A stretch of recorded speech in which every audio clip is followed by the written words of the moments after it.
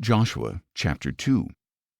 Then Joshua son of Nun secretly sent 2 spies from Shittim, saying, Go, inspect the land, especially Jericho.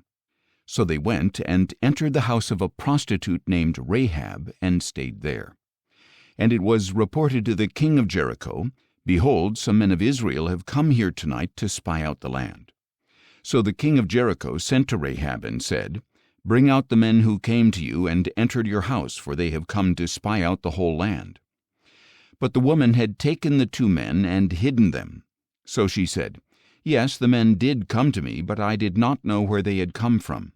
At dusk, when the gate was about to close, the men went out, and I do not know which way they went. Pursue them quickly, and you may catch them. But Rahab had taken them up to the roof and hidden them among the stalks of flax that she had laid out there. So the king's men set out in pursuit of the spies along the road to the fords of the Jordan, and as soon as they had gone out, the gate was shut.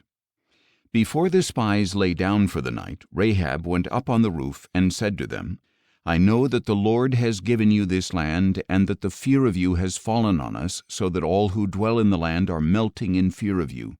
For we have heard how the Lord dried up the waters of the Red Sea before you when you came out of Egypt, and what you did to Sihon and Og, the 2 kings of the Amorites across the Jordan, whom you devoted to destruction. When we heard this, our hearts melted, and everyone's courage failed because of you. For the Lord your God is God in the heavens above and on the earth below. Now therefore, please swear to me by the Lord that you will indeed show kindness to my family, because I showed kindness to you. Give me a sure sign that you will spare the lives of my father and mother, my brothers and sisters, and all who belong to them, and that you will deliver us from death. Our lives for your lives, the men agreed. If you do not report our mission, we will show you kindness and faithfulness when the Lord gives us the land.